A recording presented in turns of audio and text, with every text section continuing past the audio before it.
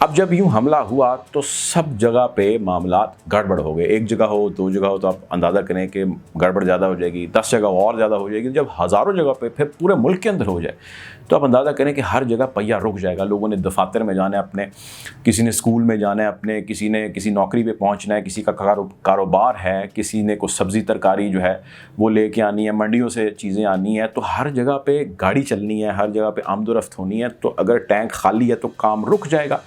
تو یقینی طور پہ ایک ڈینٹ ہے, جو بڑا ڈینٹ ہے, جو بڑے منظم طریقے سے ڈالا گیا. مینولی پیٹرول ڈالنا شروع کر دیا گیا, اور جس طرح اکثر ہوتا ہے خصوصاً مسلم ممالک میں یہ زیادہ ہی ہوتا ہے, جب اس قسم کا بحران آتا ہے تو قیمتیں جو ہے نا وہ بلیک کر دی جاتی ہیں. یعنی کہ مثال کے طور پہ کہ 10 روپے لیٹر ایران کے اندر فیول مل رہا تھا تو وہ 12 پہ گیا, پھر 14 پہ گیا, پھر 20 پہ گیا. تو دگنی قیمتوں پہ بھی وہاں پہ پر لیٹر لوگوں نے پیٹرول ڈلوایا 26 تاریخ کو جب یہ حملہ ہوا. اور یہ 2-4 دن تک تو معاملہ کافی زیادہ گھمبیر رہا. گورنمنٹ نے اس کو مینولی تو کنٹرول کر لیا, اور کافی حد تک جو بڑا ڈینٹ تھا اس کو انہوں نے نکال دیا.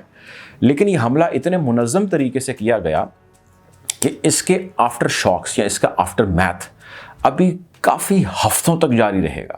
نہ ابھی سافٹ ویئر کی ریپلیسمنٹ ہو سکی ہے, نہ آ سکی ہے, اور نہ یہ کوئی اتنا آسان اور نہ ہی اتنا کوئی سستا کام ہے. اس میں کئی ملینز آف ڈالرز ہیں جس کا نقصان ایرانینز کو ہوا ہے. کچھ جگہوں میں پڑھ رہا تھا, وہ رپورٹ کر رہے تھے کہ شاید 1 بلین کے قریب بھی اس کا نقصان پہنچ سکتا ہے. خیر, I don't agree with that, لیکن ملینز آف ڈالرز کے اندر تو اس کا نقصان ایرانینز کو ضرور ہوا ہے. دوسری جو بڑی ایک عجیب سی حرکت ہوئی, وہ حرکت یہ تھی کہ جب ایک طرف سائبر حملہ ہوا, سافٹ ویئر تباہ کر دیا گیا اور لوگ پریشانی میں مبتلا ہو گئے, دوسری جانب حملہ کر دیا گیا ایک نئے طریقے سے.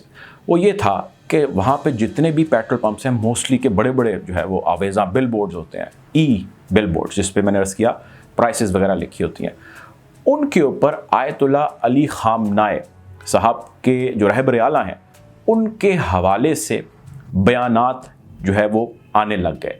میں ان کی ایگزیکٹ ٹرانسلیشن تو آپ کو نہ بتانا چاہوں گا اور نہ آپ سننا چاہیں گے, لیکن ان کا جو خلاصہ تھا وہ یہ تھا کہ آیت اللہ علی خامنۂ کے حوالے سے غلاظت لکھی گئی تھی, غلاظت وہاں پر بکی گئی تھی, ان کے لوگوں کے تھاٹس کے بارے میں لکھا گیا تھا, ریولوشن کے بارے میں بہت ساری چیزیں لکھی گئی تھی, جو اسلامک ریولوشن 1979 سے آنورڈ آیا.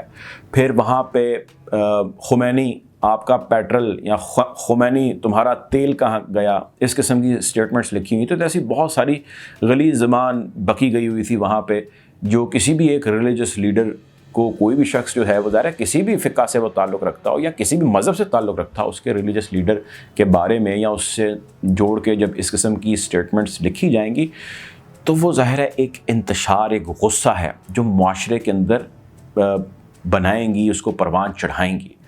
ایگزیکٹ اسی غصے کے حوالے سے statement the president of Iran Ebrahim Raisi نے. انہوں نے کہا کہ آپ کا حملہ اپنی جگہ, آپ ہم پہ حملہ آور ہوتے رہتے ہیں, وہ ہم جانتے ہیں, لیکن اس قسم کے کام کرنے سے آپ معاشرے میں سویلینز کے اندر انتشار پھیلا رہے ہیں. ایک طرف آپ امن کی بات کرتے ہیں, آپ ایگریمنٹس کی بات کرتے ہیں, اور دوسری طرف آپ اس قسم کی بھونڈی حرکتیں کرتے ہیں. تو اس کا یقینی طور پہ جو ریبٹل ہوگا یا اس کا یقینی طور پہ جو جواب ہوگا وہ پھر اس سے بھی برا ہوگا. اور جب آپ اس طرح کریں گے اور ہم اس طرح کریں گے تو کوئی امن نہیں ہے جس کی جانب ہم بڑھ سکیں گے. ایگزیکٹلی اسرائیل اور امریکہ, ان دو ممالک کی جانب اشارہ کلیئرلی بلکہ کہا گیا ایرانینز کی جانب سے.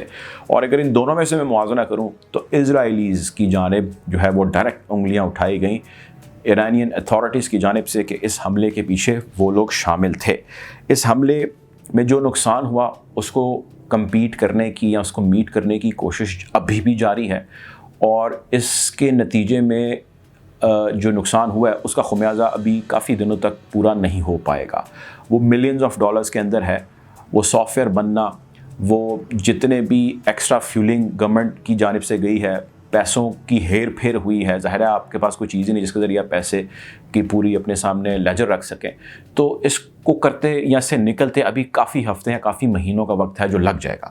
بہرحال ہم کوشش کریں گے کہ خطے کی اس بدلتی ہوئی صورتحال کے حوالے سے آپ کو لمحہ بلمحہ اپڈیٹ رکھیں. اب تک کے لیے اتنا ہی. اپنا خیال رکھیں, دعاؤں میں یاد رکھیں. اللہ حافظ.